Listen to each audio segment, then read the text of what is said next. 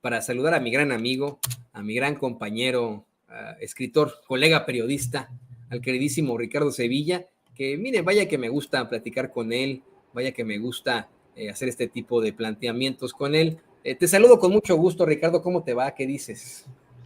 Querido Toño, público memorioso, me va muy bien, muchas gracias. Pues aquí dispuesto a darle al tema que nos propongas. Estaba yo leyendo un librito ahí muy interesante de un autor que le dirá mucho a Lorenzo Córdoba, a Arnaldo Córdoba. Estaba yo releyendo un libro que, por cierto, publicó en su momento la editorial Era, y que creo que Lorenzo, no sé si no lo leyó, no sé si fue reacio a esa lectura porque la había publicado su padre, pero tengo la impresión de que debió haberlo leído porque hablaba de un nuevo sistema político.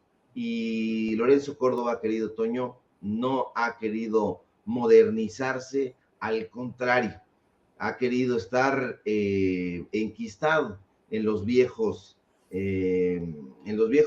y degradantes sistemas. ¿Cuáles son esos sistemas? Pues el supuesto liberalismo y el neoliberalismo. Ahí se ha querido meter este señor. Pero estaba yo leyendo eso, querido Toño, te lo quería compartir.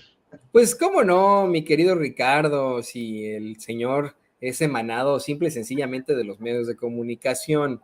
No podemos comparar al gran Arnaldo Córdoba con su retoño, Lorenzo Córdoba, porque pues él es un muchachito, si se le puede llamar, es más viejo que yo, ¿no? Pero es un muchachito que tiene todo lo que tiene gracias a la gloria pasada de su padre. Es uno de esos juniors de la política, desafortunadamente, que tenemos que tolerar en México, esos juniors con apellido de alto pedorraje, que pues ni modo, ¿no? Tenemos que tener en la política una y otra vez, en el empresariado, en los medios de comunicación, y por supuesto que no leyó a su padre, por supuesto que no estudió a su padre, como muchos de nosotros sí lo estudiamos en las carreras que estudiamos. Yo estudié a Arnaldo Córdoba en tanto derecho como en periodismo, fíjate, ¿no? Imagínate, varias veces lo llegamos a estudiar, incluso sus participaciones en cuanto a derecho constitucional, en cuanto a libertad de expresión para la parte de periodismo, pero mira, nada de eso lo escuchó su retoño,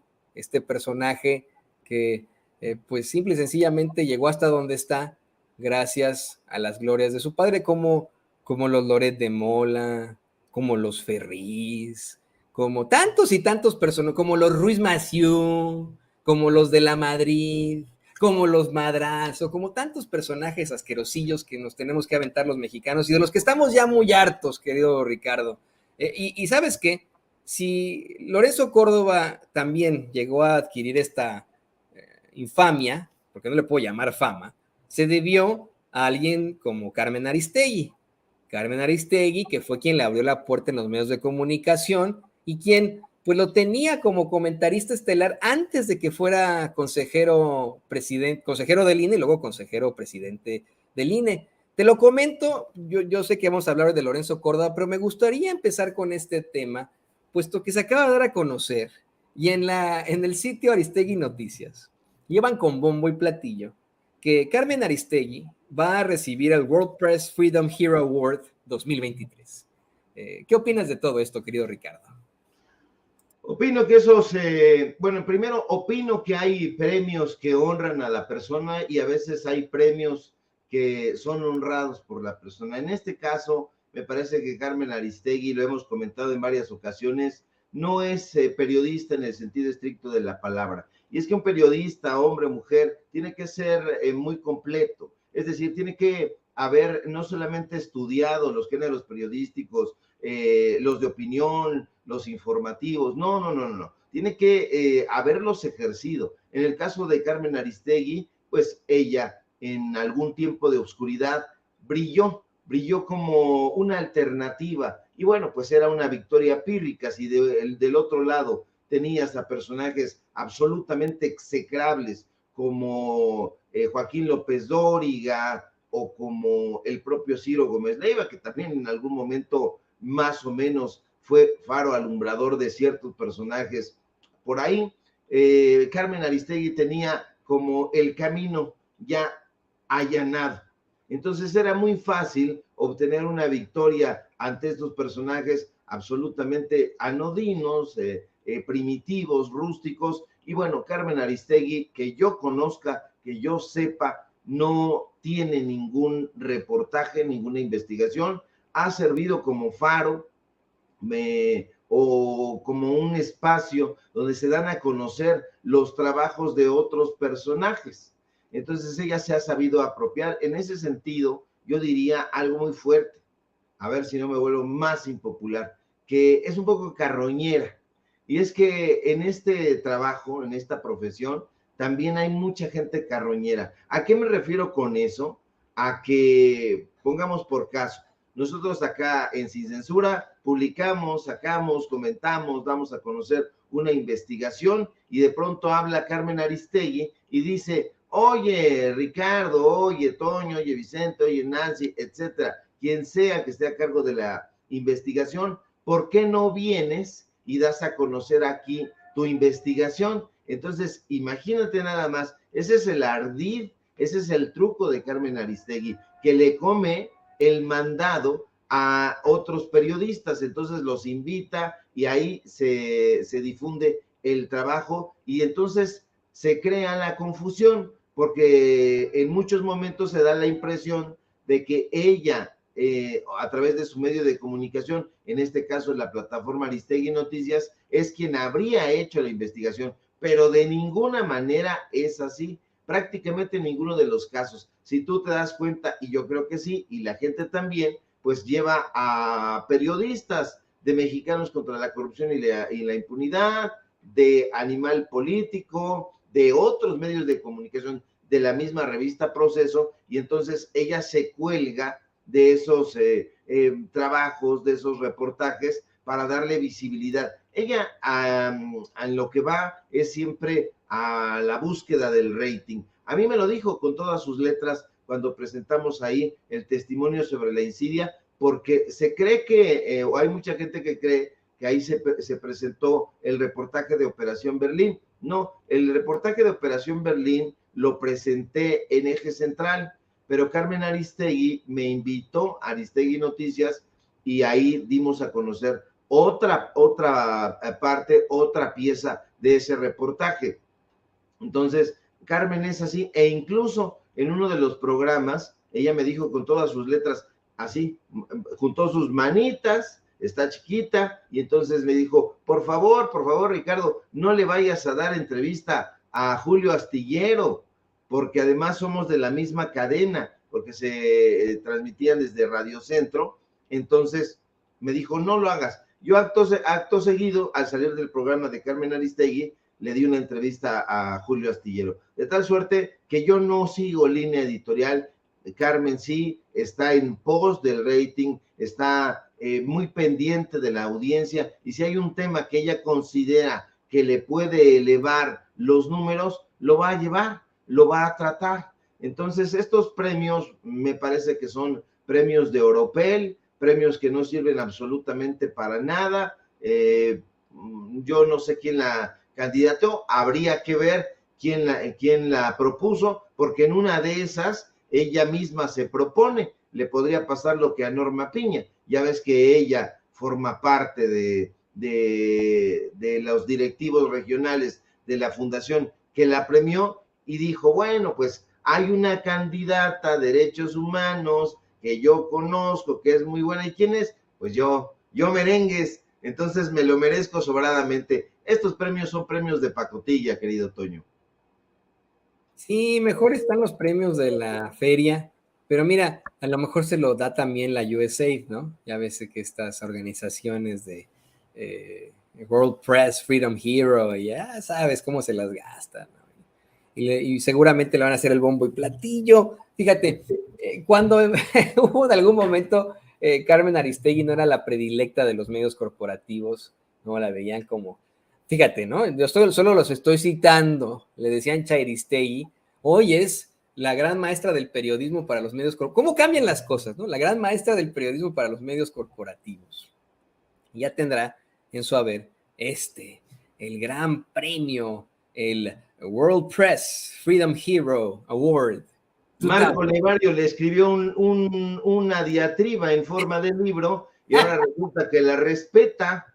Imagínate nada más el mundo de cabeza. Y sí era consentida, Toño. Lo que pasa es que era todo truco porque, imagínate, estuvo en MBS, el medio corporativo de los Vargas, estuvo en Imagen, fundaron ese medio de comunicación, ahí estuvo con Javier Solórzano, estuvo con nada más ni nada menos que con Pedro Ferriz de Con, sus oficinas estaban en las lomas de Chapultepec, ahí en Prado Sur, justamente estaban ahí, yo los conocí perfectamente. Trabajó en Televisa, tenía ahí un programa que se llamaba Círculo Rojo, duró poco, pero estuvo ahí, o sea, sí, era como hipocritón el asunto, porque pensemos, MBS, Imagen, Radio Centro, Televisa, pues no estaba mal, no estaba nada mal, a nosotros no nos invitan ni siquiera a los medios del Estado mexicano. Sí, no, y me estoy acordando, corrígeme tú si me equivoco, lo estaba buscando en estos momentos, pero corrígeme si me equivoco. Recientemente hizo una entrevista muy a modo a los panistas, si no me equivoco, ¿no? A los panistas del cártel inmobiliario, y muchos se quedaron con un muy mal sabor de boca, la compararon ya incluso con Carlos Loret de Mola, y decían, bueno, pues ¿cómo es posible? Es una Carmen Aristegui que siempre fue muy crítica, que siempre tenía cuestionamientos muy duros a sus entrevistados. Fíjese que no, eso es lo que se piensa. Pero yo recuerdo un hecho, mi querido Ricardo Sevilla, que a mí me dejó muy mal sabor de boca. No sé si te podrás poner a pensar en aquel momento en el que hubo una cumbre de líderes de América en Cancún, a la que pues Carmen Aristegui tuvo acceso, me parece que a todos, excepto al presidente de los Estados Unidos, pero a todos los líderes de América pudo entrevistar. Y a todos, en efecto, los entrevistó durísimo, con cuestionamientos muy, muy fuertes, excepto a Cristina Fernández de Kirchner, a quien decía, no, señora presidenta, ¿cómo es que usted llegó al poder? Y etcétera. Y bueno, pues ahí se vio una situación verdaderamente cuestionable de Carmen Aristegui. Lo digo con mucho respeto para Carmen, ¿no? También ha encabezado situaciones cuestionables como este incidente de, ¿cómo se llamaba esta personaje de las encuestas Redillo, en la que, bueno, pues hasta nos quisieron embarrar a nosotros. Creo que no podemos tomar como personal algunas situaciones ¿no?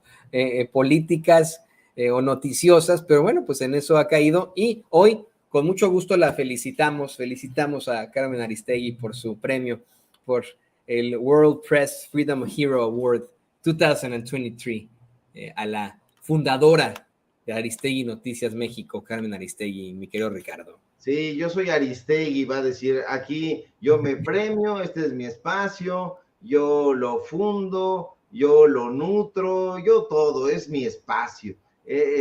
Ojalá y tuvieran esta idea que tuvo Karl Kraus. Karl Kraus, el gran filósofo alemán, que fue incluso maestro y referente de Elias Canetti, él se creó su propio medio de comunicación y él escribía, él reflexionaba, él peroraba, pero era Karl Kraus, y tenía una formación demencialmente culta, un filósofo hecho y derecho, y él era su propio medio de comunicación y no había prácticamente quien le hiciera competencia. A todos los fulminaba con su enorme oratoria poderosísima, con su sapiencia, en fin. Pero Carmen Aristegui, híjole, está en pos del divino chayote. Eso hay que decirlo con todas sus letras. Las oficinas están ahí en el Periférico Sur, están muy cerca de TV Azteca, por si se requiriera algún encuentro con los periodistas de por allá. Y de latinos. ¿Y de cuál? Y de latinos, están ahí por Gran Sur, están también cerca de las... Pues sí. Fíjate, yo no sabía que estaban ahí por Gran Sur. Sí, las oficinas de Latino, los estudios que tiene Latino están ahí muy, muy cerca de Gran Sur, a pesar de que nos vendieron a todos la idea de que era un esfuerzo constituido acá en los Estados Unidos como sin censura. Ah, mira nada más. Lenguaraces vemos, mañas no sabemos. Y bueno, pues uno de esos lenguaraces es precisamente Lorenzo Córdoba, mi querido Toño, un tipo que da mucha risa verlo ya, da piedad, diría yo. Sí, ¿qué te parece que vamos a esa parte, mi querido Ricardo? Vamos a platicar de esto. Me preocupó muchísimo y no me sorprendió, pero me preocupó muchísimo ver ahora al infame y racista de Lorenzo Córdoba oponiéndose a que los ministros de la Suprema Corte sean electos por el pueblo. Pues no que era un demócrata, mi querido Ricardo. Eso dice, querido Toño, lo dice de dientes para afuera, pero no cabe duda que Lorenzo Cordoalencho, como le dicen algunos maliciosos, es un personaje fallido, porque pudo pasar a la historia como uno de los precursores de las instituciones democráticas en México, pero prefirió ser el instrumento golpista de personajes absolutamente execrables como José Woldenberg, como Enrique Krause y como Claudio X González. Y es que recuerde usted, el padre de Lorenzo Córdoba, como platicábamos, fue nada más ni nada menos que Arnaldo Córdoba, un historiador, un politólogo, un jurista, un escritor y un académico respetable, pero sobre todo un connotadísimo político de izquierda. Arnaldo, de hecho, y cabe recordarlo, fue uno de los fundadores de Morena, y de eso poco se habla, un movimiento al que perteneció hasta el último día de su existencia. Arnaldo Córdoba conocía perfectamente a Andrés Manuel López Obrador y no solo se conocieron, Toño. El actual presidente de México tomó clases con Arnaldo Córdoba en la Facultad de Ciencias Políticas de la UNAM, pero lamentablemente Lorenzo no heredó ninguno de los atributos intelectuales de su padre. No, lejos de continuar y honrar aquella tradición de izquierda, Vianello ha mancillado todas y cada una de las enseñanzas que le dio su padre. Recordemos que siendo un joven, Arnaldo fue militante del histórico y combativo Partido Comunista Mexicano y tenía solo 18 años, pero a esa misma edad, Lorenzo, en cambio, decidió cargarle la maleta a José Woldenberg Karakovsky, un tipejo derechista, manipulador e hipócrita que usted lo recordará, llegado un momento, salió a decir con esa cara de chíngame mi dinero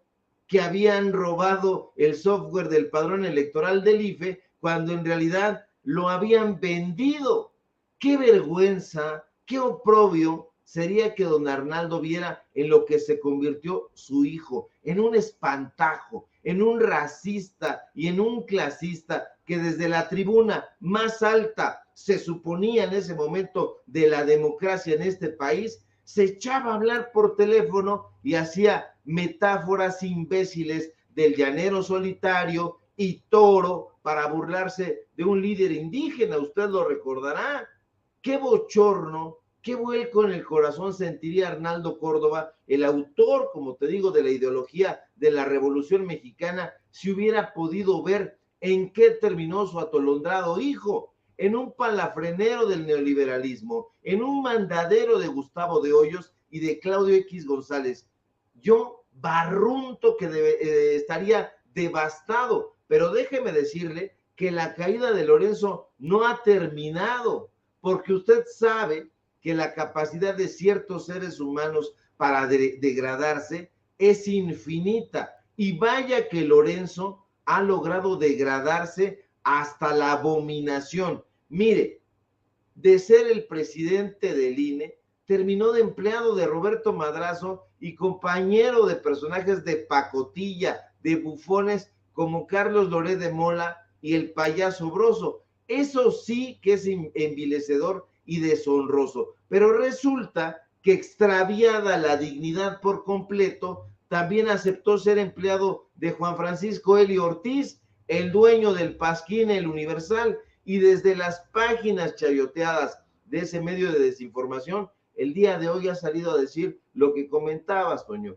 que los ministros de la Suprema Corte de Justicia de la Nación no deben ser electos por el pueblo. el hijo desobediente de Arnaldo Córdoba, opina que proponer una reforma constitucional para que los ministros y ministras sean electos por voto popular es un asunto autoritario y demagógico por parte de López Obrador. Lorenzo, con esa sonrisa retorcida y de maníaco que lo caracteriza, cree que el presidente López Obrador quiere colonizar al Instituto Nacional Electoral. El León cree que todos son de su condición, pero a este sujeto desbrojulado le parece además que elegir democráticamente es sinónimo de politizar a la Suprema Corte de Justicia de la Nación. Dice que el presidente está alimentando un contexto de linchamiento en contra de los buenos, de los probos, de los justos magistrados y magistradas. Es una locura. Pero en el colmo de su defensa, Chava, Toño, el compañero de Broso dice que es cierto que en algunos países democráticos hay algunos funcionarios judiciales designados por el voto popular, pero que se trata de jueces de bajo rango y casi siempre encargados de asuntos menores, no de relevancia institucional. De verdad que se necesita tener la cabeza llena de vómito, de heces fecales, para tenerle tanto miedo al pueblo y a la democracia.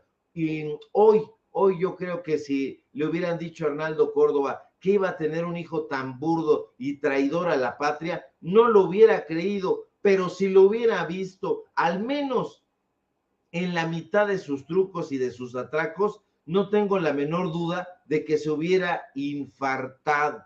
Entonces, este personaje, véanlo, haciendo ahí, lo diría mi mamá, retorciendo la boca, poniendo la boca o la trompa chueca, ese es un racista, pero se está degradando más. Yo pensé, querido Toño, que Lorenzo Córdoba ya había caído hasta el fango, pero se las ha arreglado para encontrar algo más profundo. Y ahí está navegando un personaje que ha ido menos, hasta convertirse en la chapucería que es hoy en día. Y bueno, pues ya lo veremos, o ya lo estamos viendo, de compañero de Broso, de Loret de Mola en Latinos, y por el otro lado en el Universal, tampoco hay por dónde irle, porque ahí tiene de compañero a Leoncito Krause, a Guillermo Sheridan, a su ídolo José Goldenberg y a otros mafufos de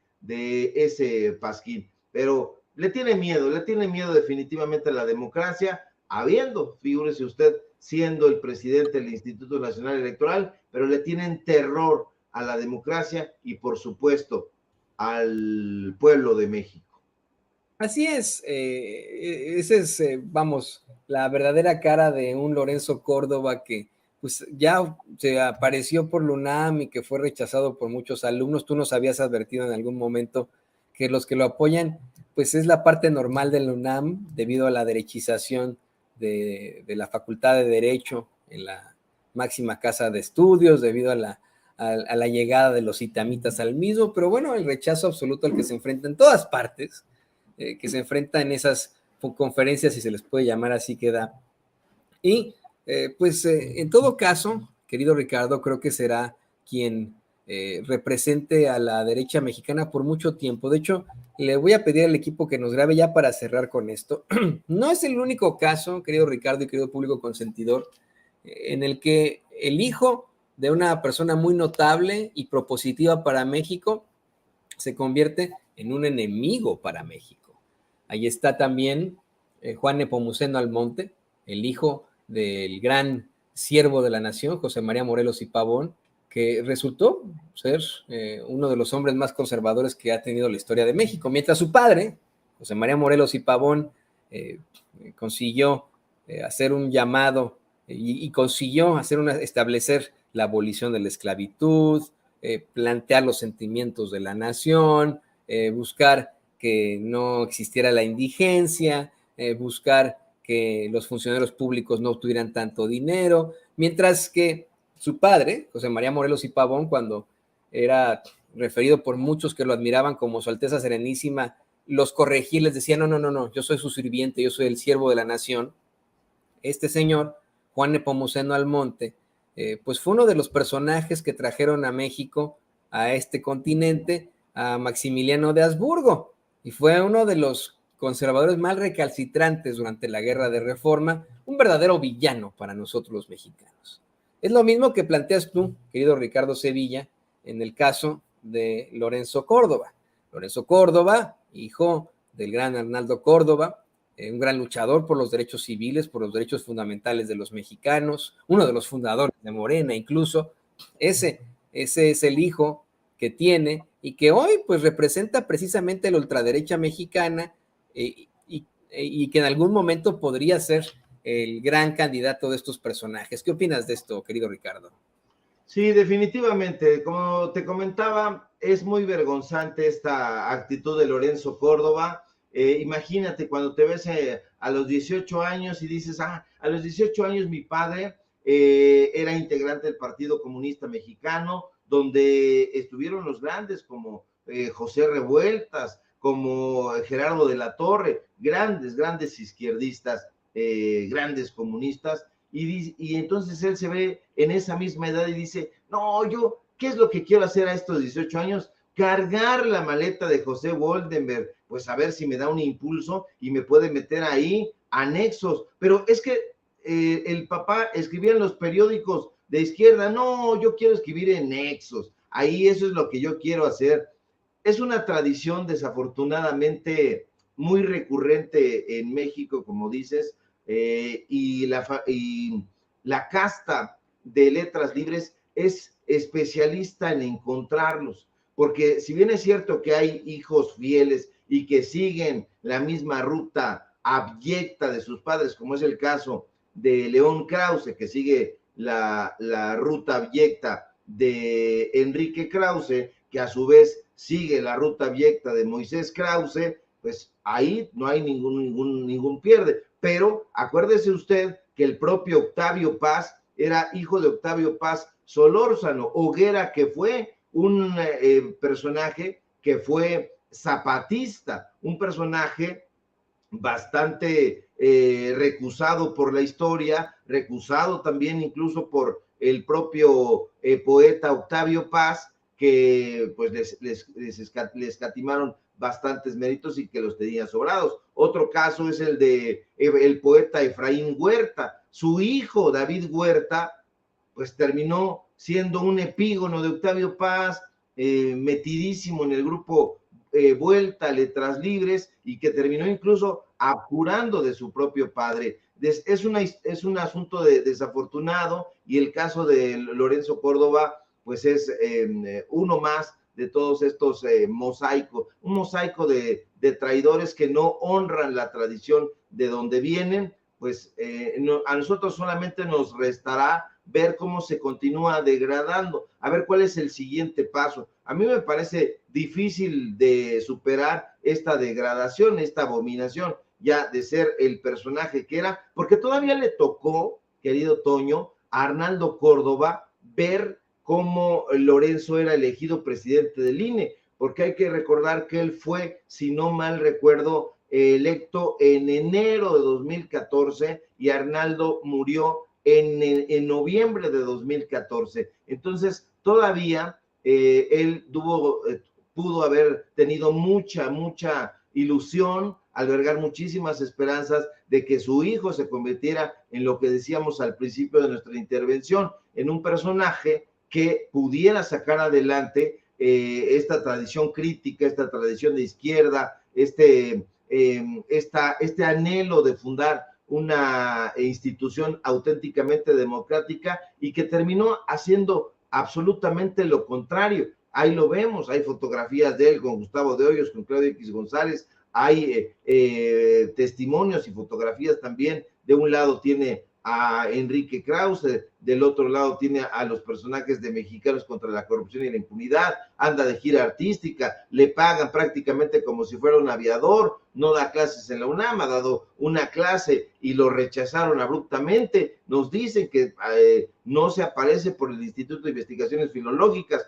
Bueno, no filológicas desde Sheridan, jurídicas es donde está Bueno, ninguno de los dos para pronto se presenta ahí. Entonces, bueno, si no se presenta ni el rector, Toño, no se presenta Sheridan, no se presenta Lorenzo Córdoba, no se presenta el rector, ¿qué es lo que está sucediendo en la UNAM? Todos muy tranquilos, dándole entrevistas ahí a modo al Universal. De verdad que a mí me encantaría que ese gusanito de la desobediencia civil creciera y bueno, pues los alumnos, la comunidad universitaria, la comunidad estudiantil, tomara cartas en el asunto porque las cosas están muy, muy intensas. Ojalá, porque si no, estaríamos pensando, como planteabas tú al principio, que hay una derechización de la UNAM, pero ya no solamente está en la cúpula, en rectoría, sino que ya se está derramando infelizmente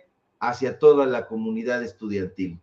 Son unos farsantes y unos embaucadores, esos que tienen, bueno, pues como directivos en nuestra máxima casa de estudios, querido Ricardo. Y pues la verdad es que la decisión, la forma de cambiar las cosas no está ni en tus manos, ni en las mías, ni en las del presidente de la República, ni en las del país, porque es una institución completamente autónoma y que siempre ha defendido su autonomía. La decisión está en manos de sus alumnos, de sus estudiantes, que siempre han demostrado tener esa fuerza en sus voces, en sus acciones. Ellos son los que en algún momento podrían echar a estos embaucadores, pues vamos al basurero de la historia, con una patada en el trasero. Fíjate, ahí en la UNAM hay una, no recuerdo cómo se llama, tú me vas a decir en estos momentos, pero hay una parte en la que tienen una especie de jardín botánico, pero solamente de suculentas, de cactus, pues, ¿no? Creo que... Así se llama el jardín botánico. El jardín botánico, bueno, pues creo que ahí cabrían muy bien estos personajes para que se sienten ahí en esas suculentas y nada más, y nada más. Y pues mientras tanto, no me queda más que agradecerte por esta muy interesante intervención, querido Ricardo, y pedirte que nos compartas tus redes sociales, porque aquí vamos a estar platicando de este tipo de temas, platicando también y felicitando también a Carmen Aristegui por sus premios que obtiene ahí, ¿no? Que se meta en los premios que quiera, no hay ningún problema, que los premios, pues imagínese usted, yo he visto a muchas personas premiadas y la verdad es que me parecen poco destacadas. Yo no me imagino que José Revueltas recibiera ningún premio. La verdad es que he visto también a mucha gente que los ha rechazado y me parece eso un asunto congruente, porque aquí están legitimando que sí trabajan para fuerzas extranjeras con ideologías injerencistas, pero bueno, si ella se place y se complace de tener una pared llena de premios, de distinciones superficiales, nosotros nos complacemos en otra cosa. Nosotros nos complacemos en hacer periodismo de a pie, de estar en contacto con la gente, de darle el micrófono a usted para que exprese las injusticias sociales que infelizmente no son pocas. Ese es el periodismo social por el que nosotros apostamos. Hay quien está apostando por tener sus oficinas en el Pedregal, en las lomas de Chapultepec, en el Periférico Sur, en Gran Sur, etcétera, etcétera. Nosotros no. Nosotros tomamos nuestros pequeños aperos y vamos a entrevistar, vamos a platicar con usted y en eso estamos empeñando nuestra vida y nuestro entusiasmo. Y para que eso continúe, síganos por favor en nuestras redes sociales, acompáñenme por favor en Twitter, @SevillaCrítico, en Facebook, Ricardo Sevilla, así nada más, síganme por favor en los datos duros. Hoy tenemos informativo en punto de las 8:30 en Paralelo 24, donde estamos publicando reportajes de investigación y síganme por supuesto en el Grupo Cantón, en los diferentes periódicos, ahí sale publicada nuestra columna. Y por supuesto, aquí en La Familia Sin Censura, medio de dudosa reputación, de acuerdo con lo que dicen en la UNAM, medio desestabilizador porque cargan con ellos, pero lo único que estamos desestabilizando pues es el confort mental en el que estos personajes de la derecha están echados. Te mando un fuerte abrazo, querido Toño y público memorioso, y estamos pendientes de la información y si hay que desestabilizar a los corruptos, ahí estaremos en primera fila. No, y hay que desestabilizarlos, hay que llegar en algún momento con esa verdad, con justicia. Yo te agradezco, querido amigo. Nos vemos mañana, nos seguimos viendo aquí en Sin Censura y una vez más mi agradecimiento por todo tu apoyo a mi persona y a Sin Censura. Ahí estaremos, querido Toño. Ahí lo tiene usted, el queridísimo Ricardo Sevilla, escritor, periodista en este espacio, aquí,